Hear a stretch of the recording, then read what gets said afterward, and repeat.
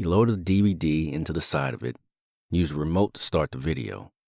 Suddenly, my trainer's enormous head filled the screen, 10 times life size. It was fairly disturbing.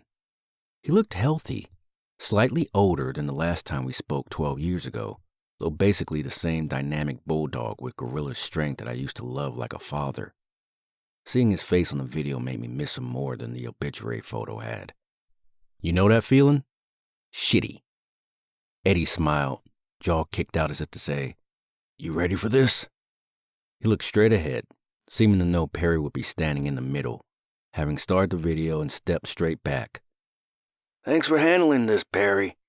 If things work out, this crew may become part of your life. God knows they need you." Eyebrows around the room rose at that, lips pursed or frowning. It was a bombshell. The idea of us becoming familiar hadn't been thought of, much less voiced, and wouldn't have. Eddy, always putting people on the spot, just slapped all of us with planet-crushing pressure.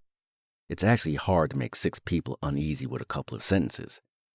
Eddy did as if reiterating something he had studied in the Book of Destiny, an oracle only accessible to those that are as worldly and knowledgeable about humanity as my trainer. He resumed. "No pressure or anything." Another smart-ass grin. Then he addressed the girl beast. "Clarice, the shocker. You are my most special achievement. My legacy as a trainer is extraordinary because of what you accomplished in the ring. My pride as a mentor is extraordinary because of what you've accomplished as a woman, a wife, and a mother, a business owner." He went quiet, groping for words. Shocker sniffled, tears streaming down her cheeks. Everyone grew more uncomfortable. I felt like I wasn't supposed to hear all this endearment BS and wasn't exactly thrilled to be a part of it. I snorted, shifting foot to foot. Eddy looked to his left, right at me, and barked, "Razor! Boy, you need your butt beat for so many reasons." Heavy sigh. "But regardless of all the stupid in your life, you're still a good kid. You made the old man proud countless times. We had a good run in the amateurs, didn't we?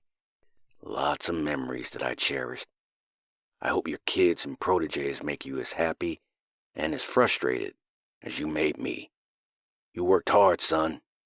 He smiled, then shadowboxed a few combinations. I grinned back until I noticed Blondie looking at me pointedly.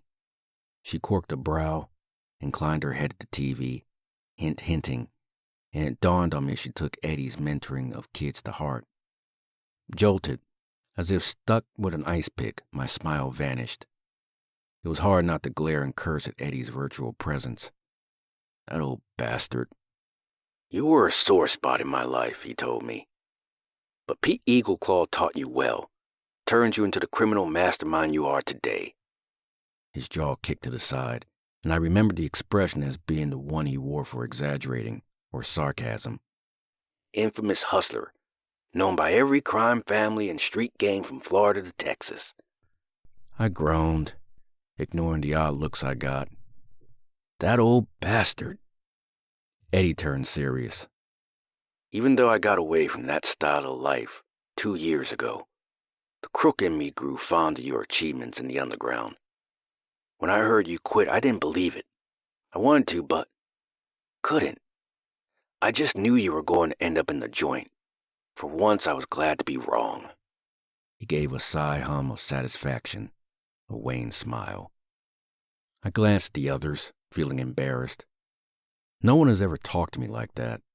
Eddy sounded like some soap opera father gushing after reuniting with his estranged son.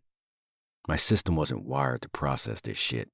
My fist balled, and I swear I would have KO'd anybody that tried to hug me right then. Blondie wisely kept a neutral expression.